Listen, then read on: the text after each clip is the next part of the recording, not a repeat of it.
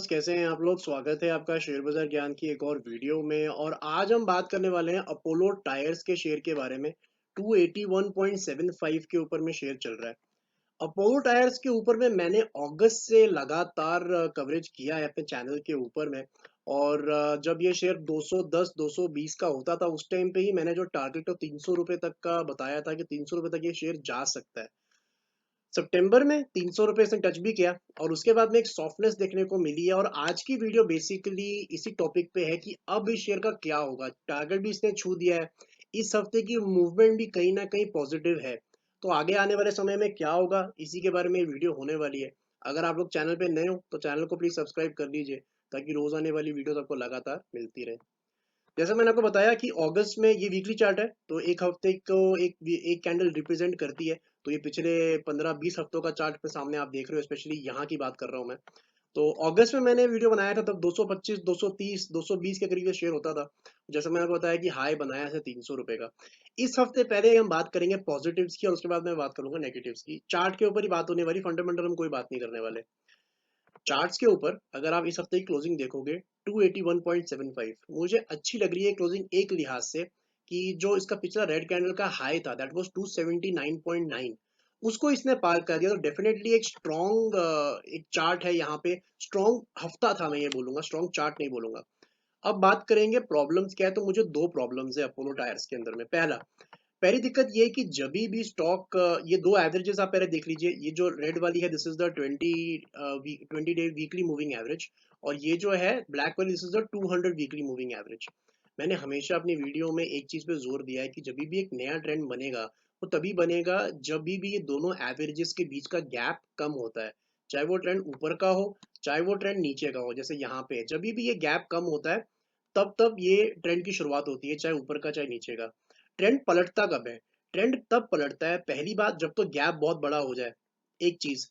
दूसरी चीज की तीनों चीजों के अंदर में, स्टॉक के प्राइस के अंदर और एवरेजेस के बीच में एक डबल गैप बन जाए, तभी भी एक दिक्कत होती है। हमेशा टेक्निकल चार्ट्स पे आप ये बात याद रखना, किसी भी चार्ट को उठा के आप देख लो, आपको ये चीज हमेशा दिखेगी।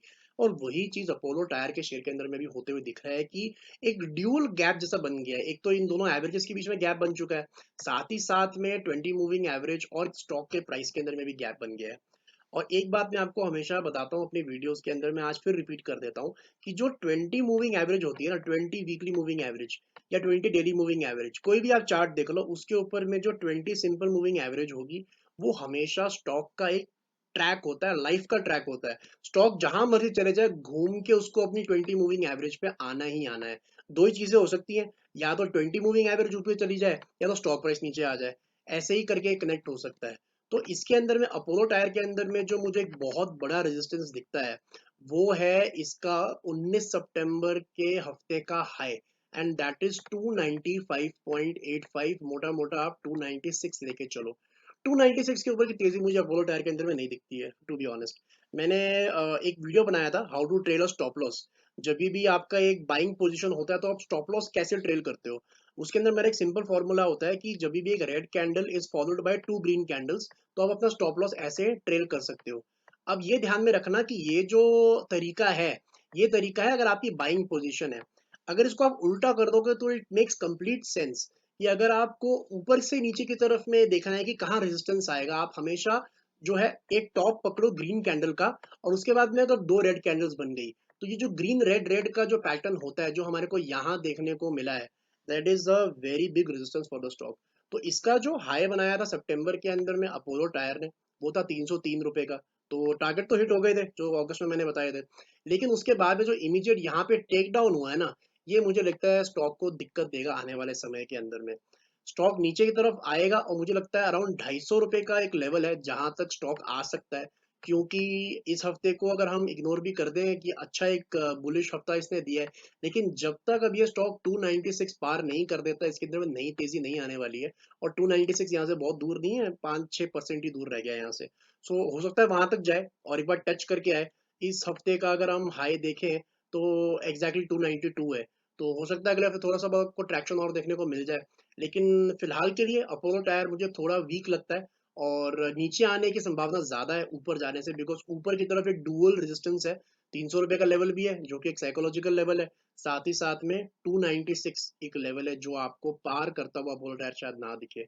तो नीचे की तरफ ₹250 तक का आएगा लेवल इसका डेफिनेटली। और एक जो बहुत ही बड़ा रजिस्टर सपोर्ट है अपोलो टायर में, वो ₹235 का। 235 तो नहीं तोड़ेगा ये, और 235 और 250 के करीब आपको मिले तो डेफिनेटली डेफिनेटली इसको आपको खरीदना चाहिए। अच्छा शेयर है, लेकिन फिलहाल जो टेक्निकल एस्पेक्ट्स हैं वो इसको सपोर्ट नहीं करते हैं। तो दोस्तों ये था पूरा का पूरा मेरा analysis on Apollo tyre. I hope आपको लेवल्स समझ में आ गए। कोई सवाल है आपका तो कमेंट सेक्शन में ज़रूर डालें। मैं मिलूंगा आपसे अपनी अगली वीडियो में। तब तक आप अपना ख्याल रखें and all the best guys.